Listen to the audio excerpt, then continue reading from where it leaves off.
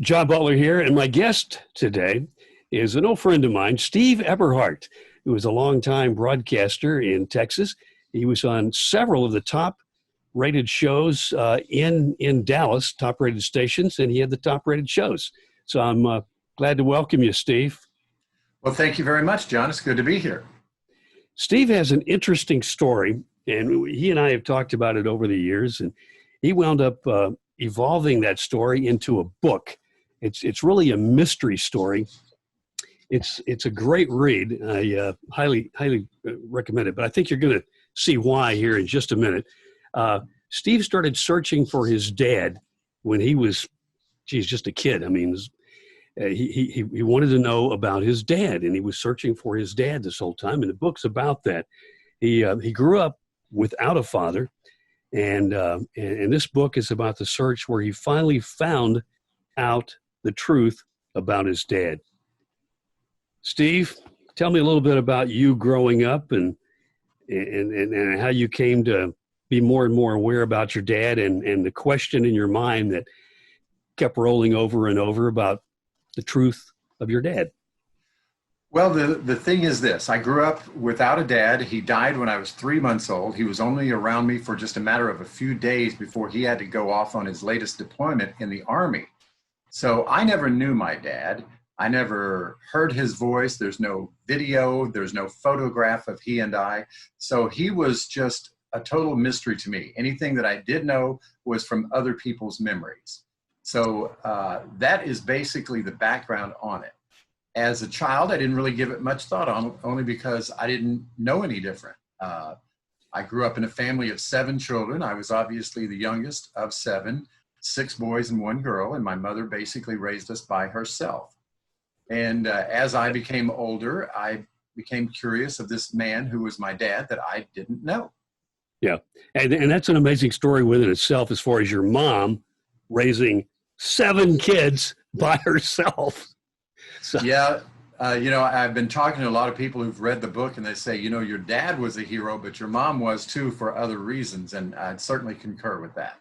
Oh, absolutely. I mean, talk about a single mom, I wound up raising 2 kids after my wife died of cancer, so I can't imagine raising 7 kids by yourself. And 6 of them boys, right? Yeah, 6 of them boys. There you go. And you had your aunt helped out a lot, as I understand. Your mom and your aunt were very close, and she was kind of like a second mom, wasn't she? Yeah, my aunt Elvira lived next door. Basically, when my dad died, this was my dad's sister. My dad's brother and my mom's sister-in-law. But my mom and my aunt were more like best friends. And so when my dad died, my mom moved us to a plot of land next to their farm, and we grew up on the farm. And it was like one big family. And so my Aunt Elvira, who is still alive at 100 years of age and doing well, was kind of a surrogate mother to us, second mother, if you will. And so, like I said, it was really one big family out on the farm. Tell us a little bit more, the background of your dad and your dad in the service.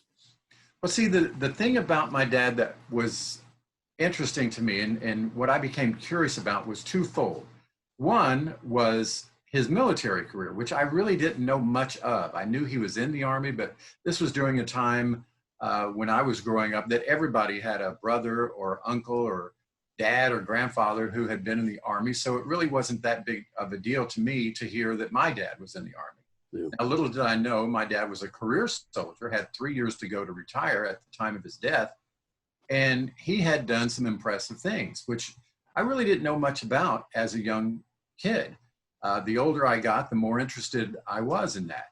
The second part of it was the mysterious death that he had. And we really, in our family, never were told exactly what happened to my dad. My mom died not knowing for certain what happened to him. And there were a lot of questions. So my interest initially was twofold, basically to learn about his career and then also to learn about what really happened to him at the end. Okay, well, tell us about the beginning. Obviously, you were thinking about him and wondering, but what initiated your eagle eye search to find out the truth about him? What was the first thread you pulled? Well, I started looking for records because I was told that the only way to find out what he truly did would be to look for records. And I was very disappointed to learn that by the time I became interested in it, any records that supposedly would have given me that information were stored in the Army Archives in St. Louis, Missouri, at a big facility there. But by the time I searched, I found out that there had been a fire there in 1973, and they told me that all of the records were destroyed. So Wow. So you find out there are records, and where they're stored, there was a big fire. So no right. more records. At least that's what we thought. And so for years, we were looking in alternative sources for records and really found very little, almost nothing. Wow. We knew the company that he was in, the 82nd Airborne, 504th Company H 3rd Battalion. And so I started reading up in books that I could find on the subject and learned that, that was a pretty interesting group. There was a book called The Devils in Baggy Pants by Ross Carter, which I got and read. And I realized that, that was about the group of men that my dad was with. There were a couple of other books about World War II, and I realized that he had an important role in that, apparently. And so I just wanted to learn more about it. Fast forward several years later, I did find some records and was really surprised to find out, in fact, that my dad's personnel file, called a 201 file, had been stored in my childhood home for over 50 years, unbeknownst to me, and it had all of his records. They weren't in St. Louis. They had been sent back when he died. They shouldn't have been. That was an error, but fortunately for us, the records were saved because of this. Then one of the so they weren't burned. They were burned after all. No, they weren't. We had them in my own home the whole time and didn't even know it. Wow. So that was a great discovery. Then a few years after that, I was really more looking into his death and what was involved in there, because we got a telegram and a follow-up letter, and it basically gave very little information. Okay, now wait a minute. So you find out these records were supposedly burned, but they weren't burned. You right. find them in a box, I guess, in your house. Right. I guess your dad had brought them home, or the military had sent them, I guess. Yes, he had them with him in his footlocker, and when they gathered all of his personal effects up to send back, they sent the footlocker back with his records in it, and I actually still have that footlocker. Wow. So that's how we got those. Now, there is a second side to it. After going through all these records and learning more about his career, then as I was more interested in learning then about the mystery surrounding his death, I found a little card. And there's a chapter in the book called a card, a tiny little card. And that was really the catalyst to the second part of the story, which was learning from that card. It said records pertaining to my dad had been sent from the location in St. Louis where they keep the records to the VA office in Waco, Texas, which was the regional office that handled all veteran benefits and such. So when my mom had inquired about some benefits and such, the records were sent to Waco. So I immediately called Waco and found out that indeed a lot of his records were also there. So I then sent to get those and received a really large box of them.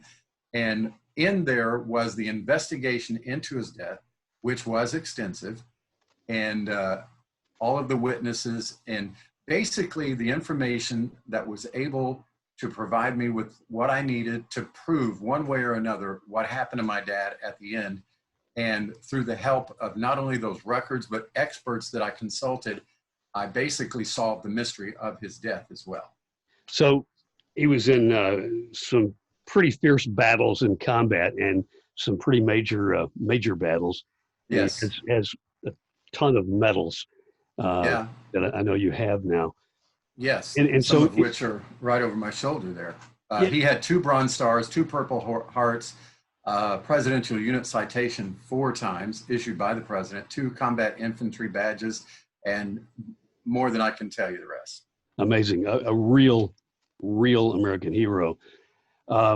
and so you're assuming at some point, I'm sure that he died in some fierce battle, but that wasn't the case.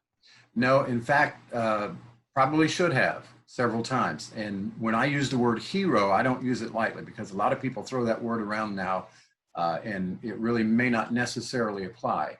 But in his case, it did. And he really was a hero, as I learned many times over, several times over, in not only Battle of the Bulge, Market Garden. I've got the actual ripcord that he pulled from Market Garden. Wow. When he Wow. parachuted into there. You know, he had two Wow. combat jumps as a paratrooper, meaning they're shooting at you as you fall. And just numerous battles in World War II. But then he was in Korea and was in frontline duty at the Battle of Daejeon, where it still stands as one of the worst defeats in U.S. Army history. Over 2,000 men died in the evacuation of the city that afternoon in a caravan. And he saved as many as 40 men by carrying them on his back. Probably should have got the Medal of Honor, but in fact, all of his commanders were killed, and he took over the commanding of the remaining troops and got a few of them out. But Wow. it was just that's a amazing hero. thing. Yeah. He really was several times over. So you follow the thread, and this has taken you years to do. I know because we talked about it over the years, and so you track his death to Hawaii and a specific location. Yes, we knew that he had died in Hawaii because that is where he was sent just after I was born. He was going to be there for 2 years. Family was not going to be able to go. He was one of the first Green Berets in America. The Green Beret that he was given in 1953 in Fort Bragg, North Carolina, was one of the first Green Berets ever given to a soldier. And I have documented proof from orders that I found in those records that that is the case. So they were taking Green Berets and sending them to Hawaii to do jungle warfare training for future use in Southeast Asia. And this was as early as 1957. Wow. And that was why he was sent there.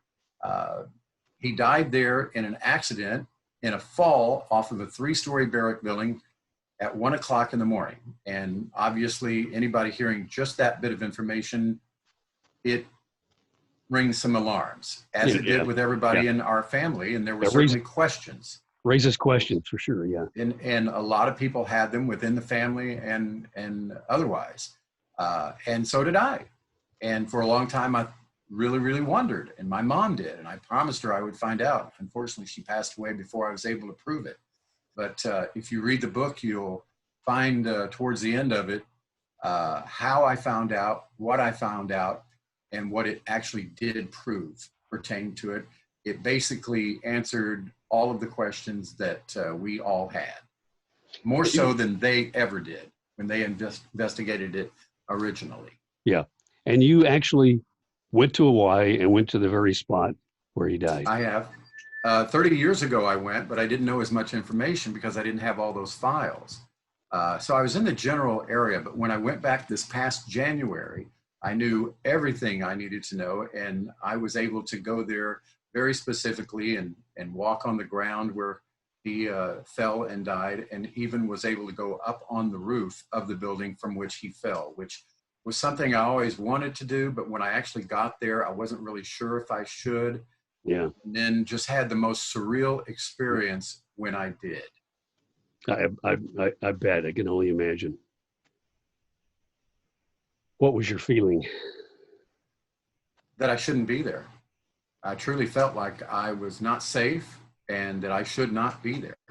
I felt totally peaceful at ground, but up on that roof, I felt like I absolutely should not be there. I was really afraid that something bad would happen to me as well. It was a surreal experience. I can only imagine. So you tracking it all the way through, you concurred with the findings of the Army investigation?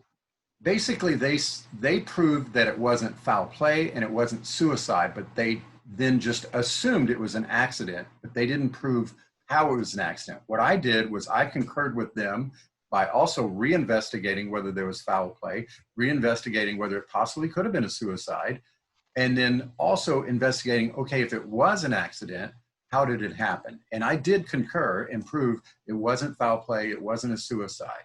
There's plenty of proof that proves that. And I enlisted experts in the field versus just my own interpretation to do that. And that information's in the book. But I took it a step further by then going and proving how it happened, if indeed it was an accident. And that's the part of the book. Yeah. The interesting thing is when I began writing the book, it was supposed to be just about my dad.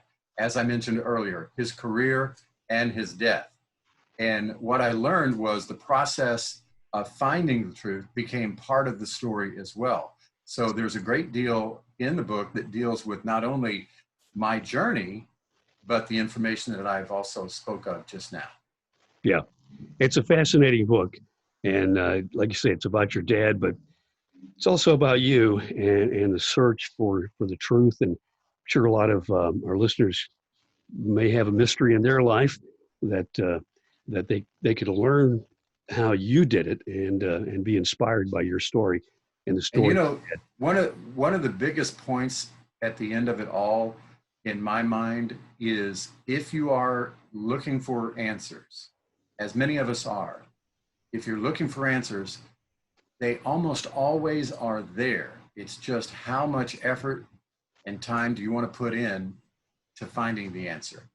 And as you know, I spent a great amount of time doing this, but the results were certainly worthy. Steve's book is Full Circle, A Journey to Find Out About My Dad, by Stephen Eberhard. Would never know he's related, Steve. Spitting image. So thank you and by the way, you can find this on Amazon. You can find it on a couple of other places. Where else, Steve? The publisher is lulu.com, LULU.com, or you can go to Amazon or Borders website.